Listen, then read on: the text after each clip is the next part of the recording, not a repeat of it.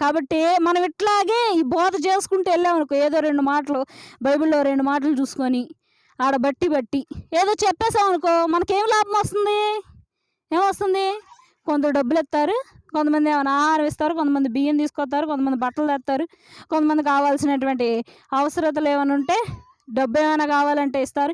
ఇదంతా బావుంది. అంటే వాళ్ళు ఇంత పూటి కోసం ఏం చేస్తున్నారు? ఎన్ని విద్యలు చేస్తున్నారో చూడండి. దేవుని యొక్క బోధన తప్పుగా ప్రకటిస్తున్నారు.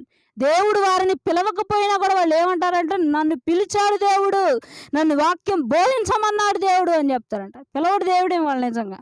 కానీ వాళ్ళు అలాగ వేషం వేసుకొని మనుష్యులలోకి వస్తారు. ఎందుకు? ఈ యొక్క జనాలు కూడా ఏ మాటలు నమ్మేటువంటి జనాలు?